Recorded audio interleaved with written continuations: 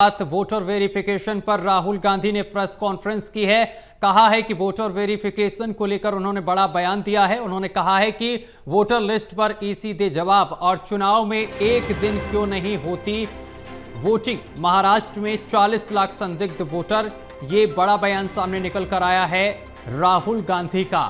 उन्होंने press conference के दौरान ये तमाम बातें कही हैं। वोटर वेरिफिकेशन पर राहुल गांधी की प्रेस कॉन्फ्रेंस। उन्होंने कहा है कि वोटर लिस्ट पर ईसी दे जवाब, चुनाव में एक दिन क्यों नहीं होती वोटिंग। महाराष्ट्र में 40 लाख संदिग्ध voter.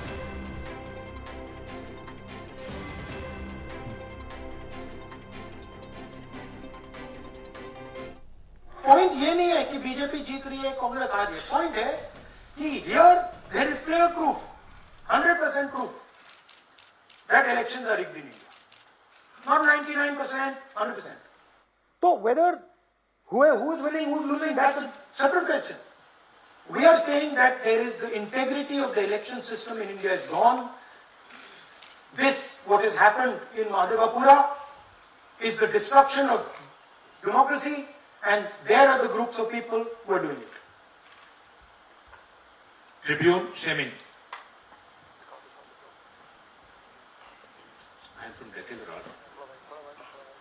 So, whenever we asked the Election Commission response regarding the concerns you have raised about voters list earlier also, they used to say that none of the political parties, not just Congress, no political parties ever complained or appealed against that inclusion or deletion of. That's an absolute lie. We wrote a letter, our party wrote a letter before the Maharashtra elections complaining about issues in Maharashtra voter lists. This is just absolute lie. Arun Singh, News 18. And we've done we have sent people multiple times to the election commission. I have written articles, I have done press conferences, and all the time they're just rubbishing us. Rahul ji, hello. हाँ जी।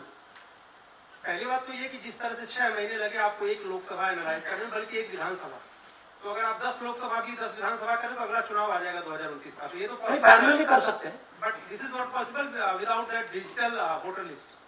Yes. क्या जब तक आपको digital voter list नहीं मिल जाती अब आने वाले समय में, तेजस्वी यादव ने एक आइडिया फ्लोट किया है कि भाई जब इसी तरह से चुनाव होना है, SIR होना है, इस तरह से जो आप बता रहे हो एक विधानसभा में 1 लाख फर्जी वोटर है, तो चुनाव लड़ने का क्या मतलब होगा, क्या मकसद होगा, और क्या अगला चुनाव आप लोग बायकॉट करने, जैसा कि तेजस्वी यादव ने कहा, उस बारे में भी थोड़ा बहुत विचार कर रहे हैं।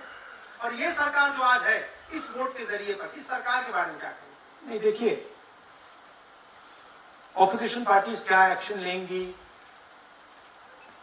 आने वाले समय में कैसे करेंगे, वो अलग बात है। इस प्रेस कॉन्फ्रेंस का लक्ष्य ये है कि आपको पता होना चाहिए, देश को पता होना चाहिए, देश के युवाओं को पता होना चाहिए कि जो आपका वोट है उसे हम पवित्र मानते हैं, खुली मानते हैं, उसे चोरी किया जा रहा है। कौन सी फोर्सेस हैं आप जानते हो, कैसे हो रहा है हमने आपको भी दिखाया। पहले 100% प्रूफ हमारे पास नहीं था तो मैं ऐसी बात नहीं बोल सकता था, झिझक के बोलता था, बट 100% प्रूफ है। इनका डेटा है, 5 तरीके हैं, ब्लैक एंड व्हाइट, और ये सिर्फ एक कंस्टिट्यूंसी में नहीं हुआ है, ये मल्टीपल कंस्टिट्यूंसीज में किया गया है।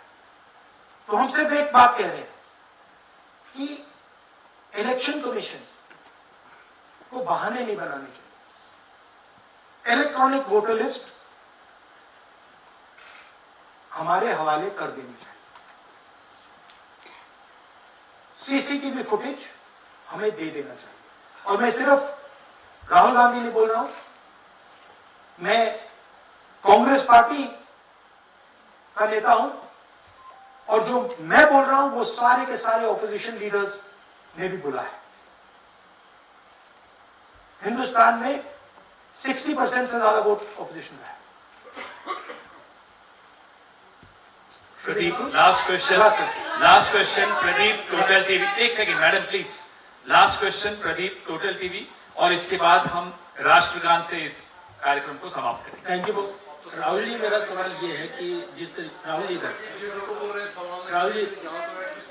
आज जो सवाल उठे हैं वो बहुत बड़े सवाल हैं और जो आपकी ओर से ये खुलासा किया गया है, लेकिन जिस तरीके से हम SIR को देख रहे हैं बिहार में, क्या उससे भी जोड़कर आपको लगता है ये एक वोट चोरी का मामला है? SIR का इसलिए विरोध, देखिए SIR का डिस्कशन हम बिहार में जाके करेंगे, वो बहुत जरूरी है। बट यहां मैं आपका फोकस